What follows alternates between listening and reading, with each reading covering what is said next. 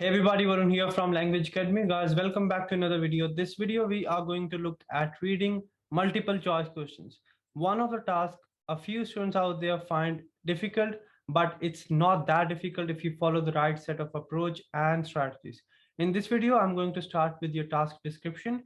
Then we'll have a look at the method and the proven approach. Then few golden rules which you must follow whenever you solve this particular task type, and then I'll be solving a few questions to show, to demonstrate how I approach and what I recommend all my students to do whenever they go and take the test. So without any further delays, let's get into the video. I'll be sharing my screen and I'll be sharing each and everything you need to know to crack this particular task. Let's get started.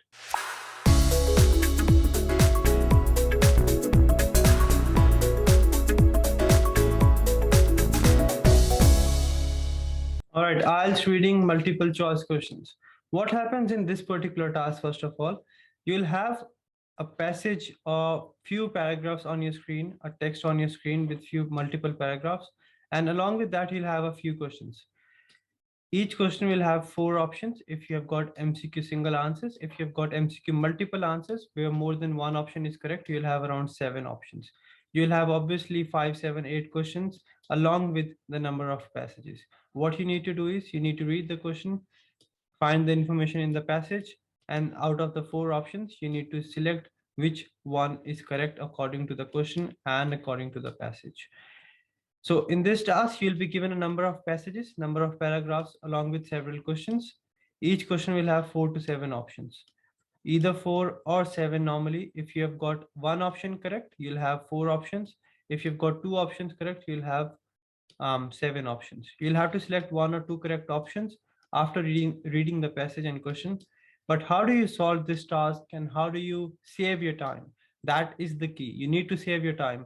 You cannot just spend hours and hours or minutes and minutes to solve this particular task type. What you need to do and what you need to avoid, we'll have a look in a while. What is the approach? Let's have a look at the approach. What is our approach? All right, what you have to do is as soon as you have this passage on your screen or on the paper and you have questions, I see a lot of students, they start reading this passage. They try to understand the passage. They want to get information out of it. But that's now not how you solve it, because you have a lot of information over here. Not everything is related to the question. What you need to do is you need to read the question first. According to the writer, bridge jobs. So what is a main keyword? You need to highlight that. Highlight the main keyword and locate this keyword in the passage. Where is bridge jobs? Here. So we know our answer is somewhere here. So we have got bridge jobs here as well. So what I'll do is I'll read from here, probably till here. And then once I understand a bit, once I get some information, I'll compare each option with the information I've got. And the one which is correct means the meaning is correct, not the words. You don't have to look for same words. For example, there's a word called gradual transition. So you don't have to look for the same word. For example, you've got United States here, United States here. It doesn't really mean that this is the right answer. You need to understand and focus on the meaning. You will not have same words, but you'll have same message. So as I've told you, to solve this, you have to read the question first. Do not start reading the passage. While you're reading the question, mark down the main keywords and nouns as we did over here so that we can locate the information. Once you have the keywords, what you need to do is you need to search the keywords which you have highlighted or the nouns you have got in the question statement.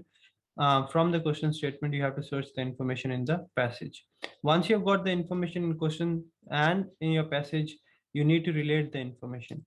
When I say relate the information, you don't have to relate the words, you have to relate the meaning. You need to figure out of the 4 options, which is correct as compared with the passage. Once you are solving it, let's say there are 4 options, right? You read the first option, you know this is incorrect, cross it out. If you cross it out, you'll not waste your time reading this again and again. What I see students doing is there are 4 options. They'll read the first one. They know this is not the right answer, but they won't cross it. They'll read the second one, they'll read the third one, they'll read the fourth one, and then they'll read the first one again. Why? Because they haven't crossed it. If you have spent some time figuring this out that this is incorrect, cross it at the same time so that you don't waste your time reading this again and again, and then your accuracy or your chances of getting the correct answer go up as well, and you save your time. That's what you need to do. So read the question, mark down the keywords, search for the keywords in the passage, relate the information, and eliminate the wrong options. If you're not able to find the right answer, take off all the wrong options. The one which you're left with will be the right answer. I'll show you in a while how I do it, but what are the tips and strategies you need to follow in order to solve this task? Look for the message, look for the meaning, not the keywords. This is one thing I always tell in each and every video, especially your IELTS reading, right? They are not checking that can you find out the keywords. They are more focused or more oriented towards this thing, whether this person can comprehend or understand the meaning of the question and the meaning of the information in the passage. They are going to confuse you. You don't have to get into the trap. You need to understand the message from the question and the message from the passage, and then compare the meaning. Don't compare the keywords. Keywords are there to confuse you. Don't let them confuse you. You have to make sure you focus on the message, not the keywords, not the words, right? So they are going to paraphrase things, they are going to change the things, but you have to avoid everything. Look for meaning, not for the keywords. Correct answers are mostly paraphrased. Means meaning will be same, but words will be different. Highlight main keyword in each option so that you can compare the information. Let's say there are 4 options. You are confused between 2 options, 1 and 2, right? These 2 are gone. Highlight the main keyword here, highlight the main keyword here, and then compare. That will make it easy for you, and you'll be able to compare in an efficient manner. Cross out the wrong options as I've told you so that you don't read them again and again and you save your time. While reading the passage, while selecting the right answer, do not use any of your background knowledge. Please do not use any of your background knowledge. You only know what is in the passage. For example, let's say the passage says there are many benefits of water, including B and C. So the passage has told us that there are many, passage is telling us that there are many benefits of having water, which include B and C. Question is benefits of water include, options are A, B, C, D, and E. Now I know, for example, personally, I know E is also an advantage of having water, but I don't have E over here. So I won't be selecting E, I'll be only selecting B and C. Even though I have some background knowledge, but the passage hasn't told me about the same thing. So I will only stick to what has been mentioned in the passage. Do not use any of your knowledge, please. If you have got four options, you'll have one correct answer, 7 options, 2 correct answers. If you have confused between 2 options, which will be the case most of the times, out of 4 options, it's easy to take off 2, means it is easy to eliminate 2 options. Now, let's say you're left with this option and this option. What you have to do in this case? You have to compare both the options. Let's say option number 1 or option A has got the same words from the passage, and option B has got different words from the passage. The one or the option which has got different words from the passage is more likely to be the right answer. Why? Because correct answers are mostly paraphrased. Words or same words are there to confuse you so that you are more tempted towards selecting the one which the same words, but those will not be the correct answers or the right answers always. You need to focus on the message, and if you are really confused between 2 options, select the one which has got different words or which is paraphrased. You have to also look for contradictions. What do I mean by contradictions? What happens mostly, let's say you have been given information about XYZ thing, right? And then after that, all of a sudden towards the end they say but or however or although, and then after this whole meaning will be different. So don't just read the first half of the information. Look for contradictions, because contradictions can completely change the message. If there's any word which is a contradictory word or which can change the message, be careful, pay attention and see if it is impacting your options or your right answer. Very important. We often ignore this point. Number 10. All right, let's say this is option, right? A, B, C, and D. This is the information in the option. Now let's say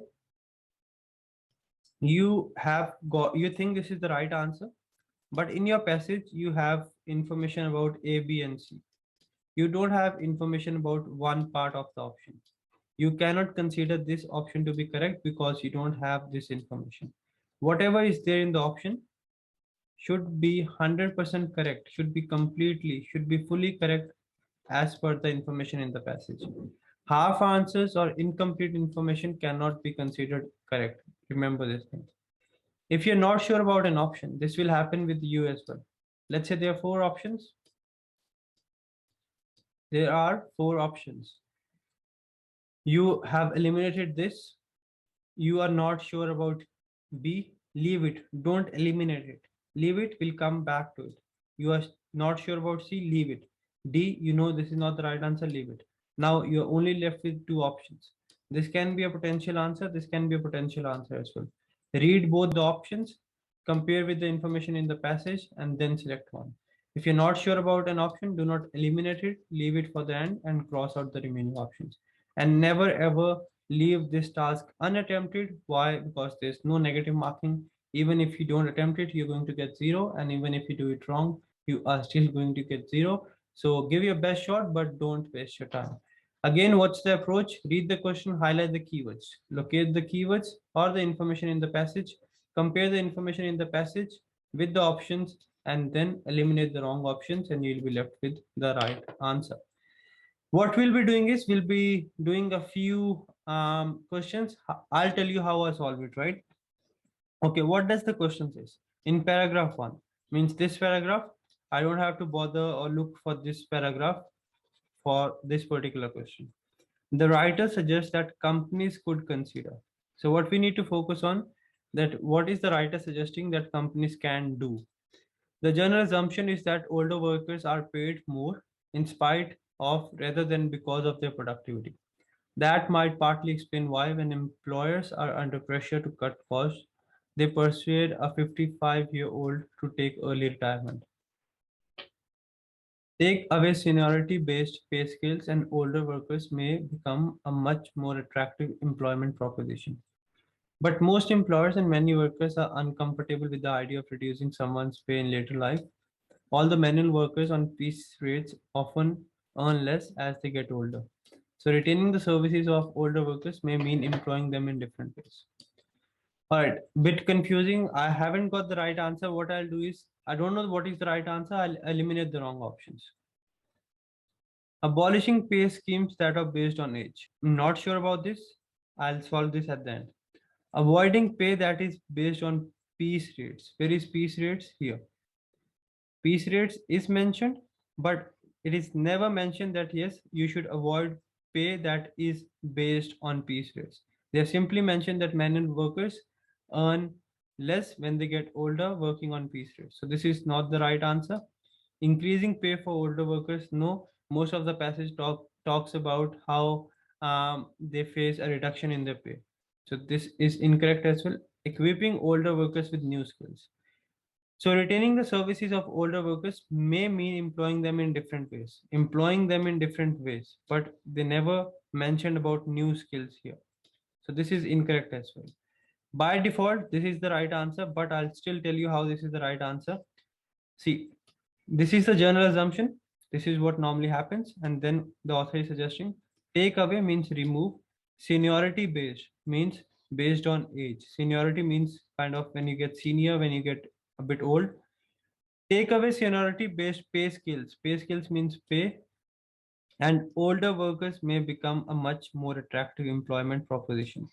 When you take away pay rates or pay schemes which are based on age, it might or it can be the case that you are more tempted towards employing older workers. So that is what the author is suggesting. Abolishing means taking away. Pay schemes means pay scales based on age is seniority based. That's it. Different words, same meaning. I told you correct answer is mostly paraphrased. A is the right answer. In case you're not able to find the right answer, eliminate the wrong options. You will be able to find the right answer in an efficient and in a fast manner. All right, what is the next question? David Story's study found that. Now we've got name of a person here. This cannot be paraphrased. What is my first thing? I need to find David's story. Do we find David's story? It will be in capital alphabet, so easier to find. No David's story here, leave it. We don't have to read this. David's story is here. A study, found. So our answer is somewhere here, right? Somewhere here. So I'll read from here till here to save my time. A study by David Story of Warwick University found that in Britain, 70% of businesses started by people over 55 survived. So people over 55 years of age, when they started, 100 out of 70 out of 100 businesses started by people above the age of 55 survived, compared with an overall national average of only 19%. So in Britain, out of 100, only 19 businesses survived. But if the business was started by a person who is more than 55, 70% of the businesses survived. But whatever pattern employment they choose in the coming years, the skills of these grey workers will have to be increasingly acknowledged and rewarded. So what the study found that yes, more people above the age of 55 are better or have a higher chance of succeeding in business. People demand more from their work as they get older. No, we don't have anything about this. Older people are good at running their own business can be the right answer, but you don't have to select it straight away. Let's eliminate these ones quickly just to be 100% sure. An increasing number of old people are self-employed. No, they told that yes, they more comparatively as compared to the national average, um, more percentage of them, most of them, there are 70% of them, they're good at running their business, but it doesn't really means they more people above the age of 55 are running their own business. No, few young people have their own business. No, this is incorrect. So this is the right answer. Where is the right answer? Here. So normally 19% of the people are good at running business, but people over 55, 70% chances of surviving the business. So this will be the right answer. So that is how you have to solve it. It's not difficult. You have to play very smart. You don't have to waste your time. Play it smart rather than working hard. Read the question, understand the question, mark the keywords, find out the keywords in the passage, compare the information, compare the meaning, compare the message. Don't just go behind the keywords. And then compare the information with the options. Remember this thing, correct answers are always paraphrased. If you follow the marking criteria, follow the golden rules I've told you, and practice every day, success is definitely going to be yours. I hope the video was helpful, and if it was, do let me know in the comment section. If you need any more help, let me know in the comment section. And if you found the video helpful, please do like, share, and subscribe. And do let me know what other topics you want me to cover in the coming videos. Also, if you need any help, any advice with your PT, with your IELTS, or any other English test, feel free to contact us on these numbers or visit our website. Varun from Language Academy. If I have done it, if thousands of students are doing it every day, you can do it as well. Please do not give up. Give your 120% and make sure you crack your test in the very first go. I'll see you very soon. Till then, take care and keep on practicing. You're going to do it.